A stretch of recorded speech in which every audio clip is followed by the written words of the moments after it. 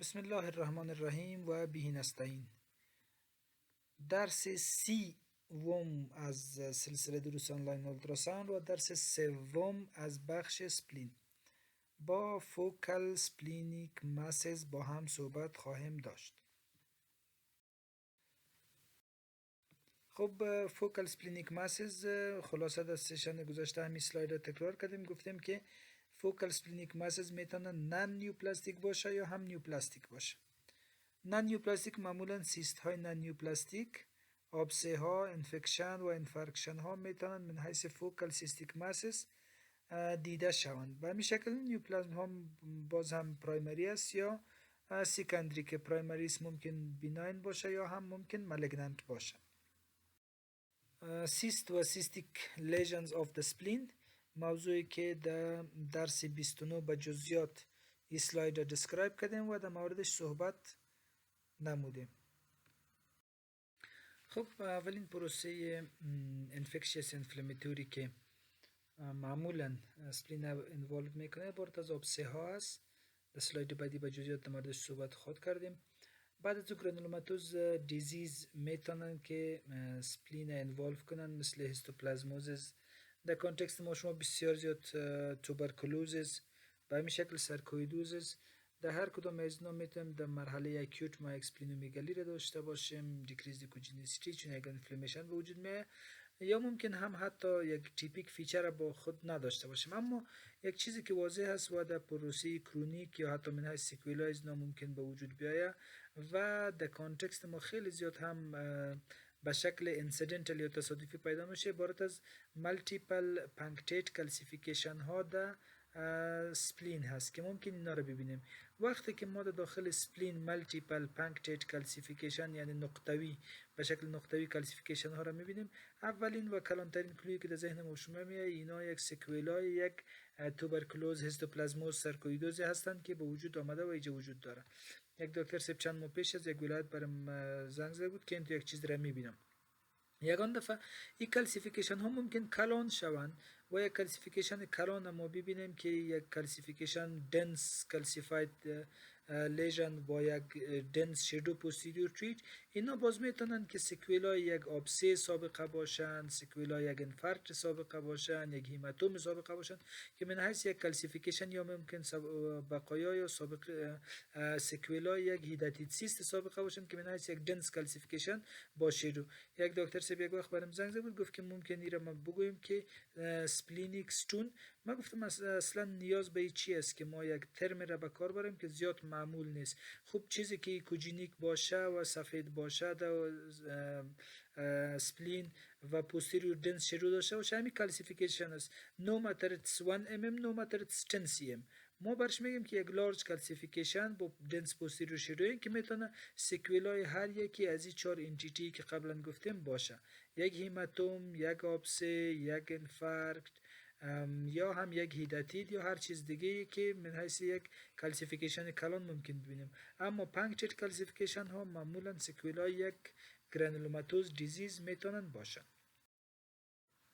آبسه ها معمولا راوت که جمعیان یا هیماتوجین اسپرید هستند که یک انتان از طریق خون به سپلین هم میرسه و اینجا سبب به وجود آمدن یک آبسه میشه، یا همی که یک پنتریتینگ تراما مریض میبینه و در بیسی از او به وجود میاد، یا همی که میتونه در قسمت سبفرینیک کدام سپلینکتومی پیش موجود آمده باشه قبلا در قسمت در سایت سپلینکتومی یک آبسه را به وجود بیاید، یا همی که یک بایوپسی گرفته شده باشه، لفت رینال بایوپسی گرفته شده باشه، سپلینیک بایوپسی گرفته شده باشه که معمولا هم خیلی خطرناک است سپلینیک بایوپسی و افراد اکسپرت بر خود کار دارن، یا هم کدام لپاراسکوپیک پروسیجر اجرا شده باشه. هر کدام از اینا میتونن یک زمینه ساز برای یک سپلینیک آبسه باشه. در اولتراساوند چی را میبینیم؟ آبسه که در قسمت های دیگه بدن میدینیم به همون شکل وریبل سایز میتونه لارج باشه، سمال باشه، میدیم سایز باشه.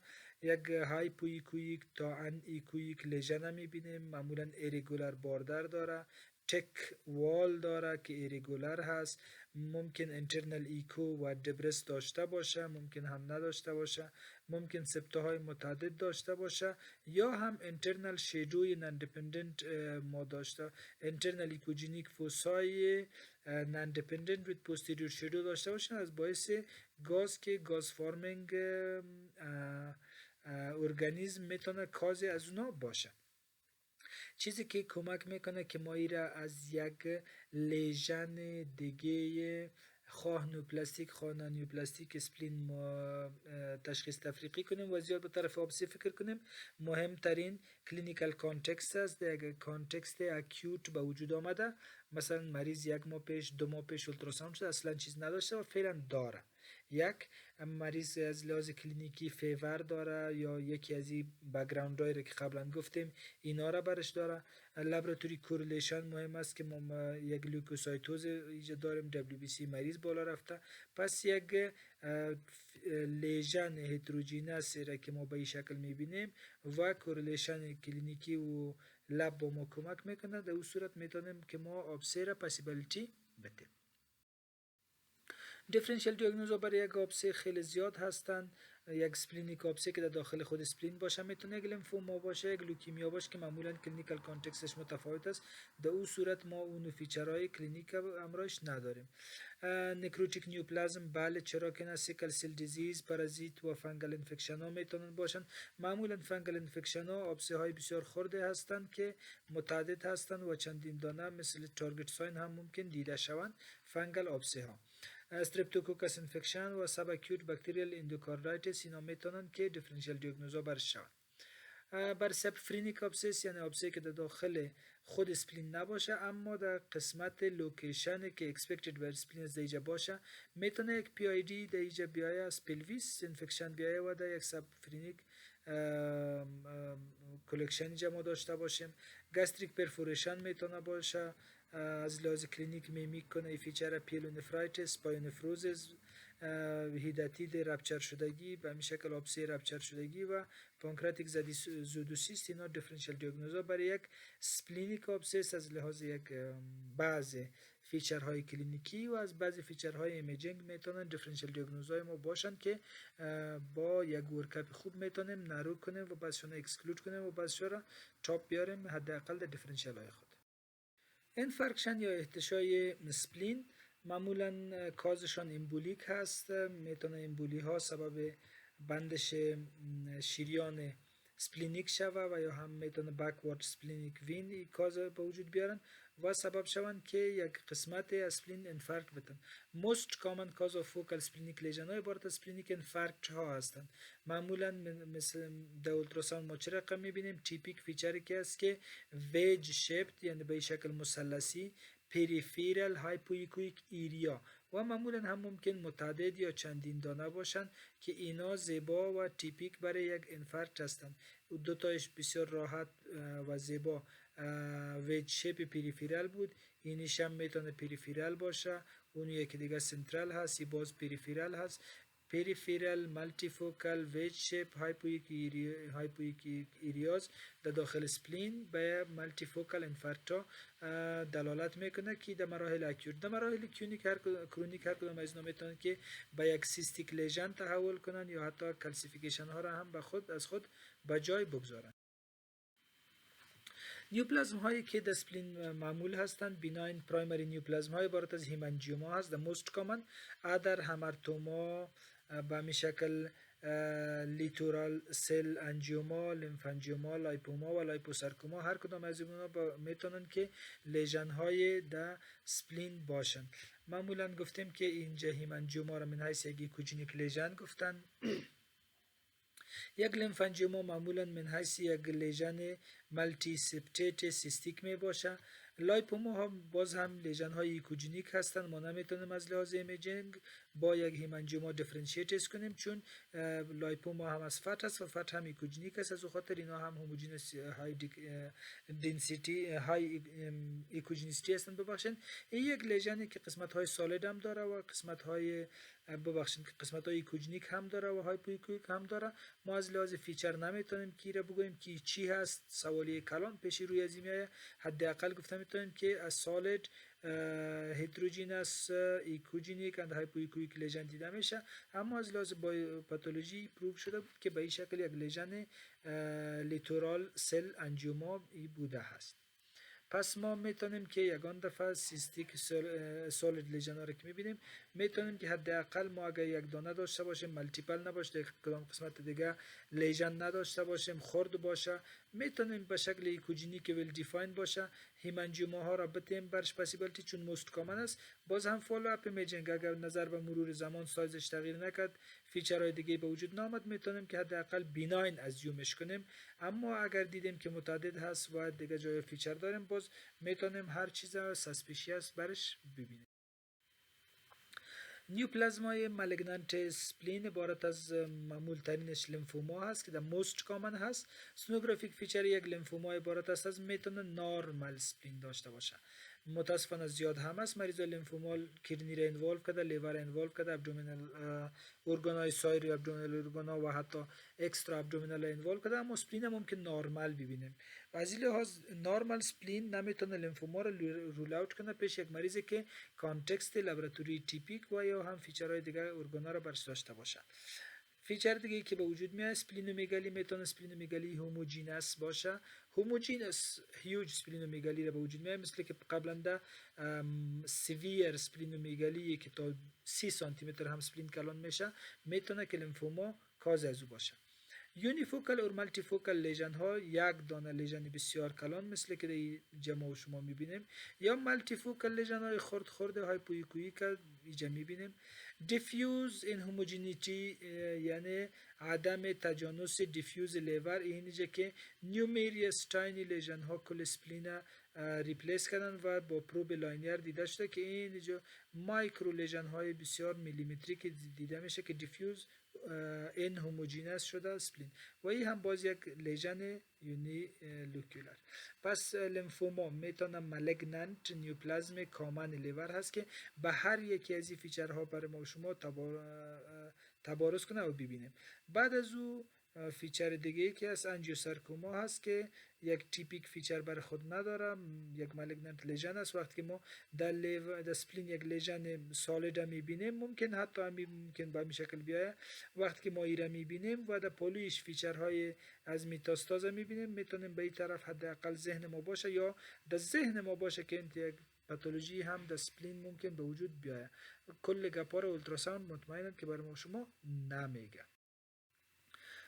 مالگنانت نیوپلازم های دیگه عبارت از میتاستاز ها هستند که لیست کامن در لیور هست اما بسیار ناآشنا نیستند. پرایمری هایی که اینجا میتاستاز میتن به اسپلین عبارت از میلانوما هست، اووریان نیوپلازم هست که مریضی که قبلا براتون گفتم که ممکن کاملا من حیث سیست های اسپلین پیش ما شما دیده شود. پانکریاس، لنگ، برست لوکیمیا و جی آی مالگنانسی ها اینا میتونن که به اسپلین سکندری دیپوزیت داشته باشن. رول امو هست وقتی که ما یک جای دیگه مالگنانسی پرایمری رو داشته باشیم شماره 1. وقتی که در ارگان های دیگه میتاستاز داشته باشیم مثل لیور، مثل لنگ، مثل بون، در اون صورت وقتی که ما در داخل اسپلین یک لیژن یا دو لیژن میبینیم میتاستاز میگیریمش. وقتی که در کدنی یک یا دو لیژن میگیریم برش میتاستاز میگیم، به خاطر که ما جایای دیگه میتاستاز نو میبینیم با چشم سر. سونوگرافیک فیچرهای میتاستاز اسپلین میتونه وریبل باشه، هایپوایکویک باشه، هایپریکویک باشه، لیژن سیستیک باشه، پیورلی یک دانه باشه، چندین دانه باشه. اینجا یک تارگت لیژن به راحتی میبینیم، ایکوجینیک و هایپوایکویک ریم. در اینجا این هوموجینیتی دیفیوز اسپلین میبینیم که مالتیپل اسمال لیژن های متعددی دیده میشه. در اینجا یک ریلیتیولی irregular walled lobulated outlined ایکوجینیک لیژن میبینیم. در اینجا یک لارج لیژن که سالید هست و نکروتیک ایریاهایی داریم که اینترنال دبرس هم با خود داره. پس نظر به سونوگرافیک ما نمیگیم که حتی ایره یگان دفعه جرات کنیم که بگوییم که این نوع سکندری دیپوزیت اسپلین پرایمریش به او رقم بر ما گفته میتونن، نه، بلکه ما میتونیم هر نوع فیچر سونوگرافیک برای یک سکندری سپلینیک میتاستاز متوقع باشیم. چیزی که اشتباه یگان دفعه میشه برای یک مریض مثلا رینال سل کارسینوما داره، در لیورش میتاستاز برش میگیم، در پولیش مثلا در سپلین یک دانه سیست کلان، یک دو تا سیست خورده میبینیم، اینا را باز جدا سپلینیک سیستا را پر میتیم. حالی این کار نکنیم. وقتی که ما اینا را دیدیم خو اینا را به اون طرف عطف کنیم. مثلا یک جای دیگه یک چند تا لمف نود داریم، اون را جدا به یک چیز انالایز میکنیم. ما هدف می است که ما کوشش کنیم که فایندینگ های متعدد کمباین کنیم. رینال سیل کارسینوما که داشتیم در لنگ چیزی بود اورم کاتش ربط کنیم، ایرم کاتش میتاستاز کنیم، اورم لمف نود انوالومنت بگویم. مثلا در رایت اتریوم یک کتله دیده میشه، اورا هم تو ترومبوزش بگویم، آی وی سی رو تعقیب کنیم، نگویم که آی وی سی ترومبوز اگه بود اورا جدا انالایز کنیم. کل ای فایندینگ ها رو در کانتکست های متفاوت با هم یک جای کنیم و یک کمباینشن معنادار از این بسازیم. این از خاطر میگم که من راپورهای را میبینم که دکتر سبا میتونن پاتولوژی ها را و ابنورمالیتی ها را دیتکت کنن به خوبی، اما نمیتونن این ابنورمالیتی ها را با هم دیگه کمباین کنن و یک ریلیشن زیبای منطقی بین از اینا ترسیم کنن. خوب، good to remember differential diagnosis for hypoechoic focal splenic masses. طولانی هستن، فرکشن، آبسه، تراما ریلیتد ابنورمالیتی که میتونه کانتیوژن باشه، لاسریشن باشه، هیماتوما باشه، لیمفوما باشه، به همین شکل میتاستاز باشه، یا هم پولیسیستیک دیزیز ها باشه که سیست های متعدد میتونه داشته باشه. اینا دیفرنشیال دیاگنوز ها برای هایپوایکویک فوکال سپلینیک ماسز.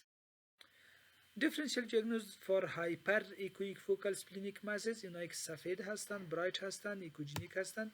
هیمانجیوما، همرتوما، میتاستازیس، میتابولیک دیساردر مثل امایلویدوزیس، گاوچر دیزیز، هیموراج مثل بلاد نظر به ایجش که ویری اکیوت باشه، آبسه ها، لیمفوما ها، شیستوزومیازیس که کرونیک میشه. به همین شکل هیمانجیو سارکوما ها میتونن دیفرنشیال دیاگنوز ها برای هایپر ایکویک فوکال سپلینیک ماس میتونن باشه. به همین شکل کلسیفاید لیژن هایی که در سپلین یا در پیر سپلینیک ایریا ما میبینیم، اینا هم در ذهن ما باشه. قبلا در موردش یک مقدار صحبت کردیم، حالا مسیر طولانی شه. واسکولار کلسیفیکیشن ها، کلسیفاید ترومبوز، ببخشید پلاک های کلسیفاید میتونن به وجود بیان، یا حتی ترومبوز کرونیک کلسیفای شوه. از این خاطر واسکولار کلسیفیکیشن ها، کریتریای خوب برای واسکولار کلسیفیکیشن ها برانچینگ بودنش است. به این شکل برانچینگ میرن. پست انفکشس کلسیفاید گرانولوما ها را که قبلا گفتیم که من حیث اینسیدنتال فایندینگ ممکن ببینیم یک سپلین پر ستاره. پانکراتیک تیل کلسیفیکیشن ها را کاتش مغالطه نکنیم، چون در پیر سپلینیک هم در ذهن ما شما است. نودل کلسیفیکیشن ها لیمف نودایی که در بیس یک گرانولوماتوز لنگ دیزیز، گرانولوماتوز دیزیز سابقه در ابدومن کلسیفای شدن، اونا میتونن که در پیر سپلینیک ریجن دیده شه. میتاستاز های کلسیفای و به همین شکل سارکویدوزیس، اینا میتونن که من حیث کلسیفاید لیژن ها در داخل سپلین یا در اطراف سپلین دیده شوند. یک سوال است describe the sonographic features of simple splenic cyst. ما شما میفهمیم که وقتی که گفته که simple splenic cyst، اولین کریتریا برش میگیم که مثلا راوند. کریتریای دوم برش میگیم که well defined چون simple است. well defined. اساسی ترین کریتریا برش چی است؟ عبارت از او unequivocal است. unequivocal یعنی کاملا ایکوفری هست. دیگه فیچر ها چون سمپل گفته internal debris ندارن. no internal debris, no septation, no wall calcification, no solid components. این فیچر ها برای یک simple splenic cyst هست. 10 walled, round and echoic homogeneous structure with posterior acoustic enhancement که از فیزیک باید ما شماست. no solid component, no internal septation, no wall calcification. پس در این صورت ما با یک چیزی زیاد بیناین روبرو هستیم. تشکر از توجهتان و این هم ختم درس دیگه از سلسله دروس آنلاین اولتراساوند.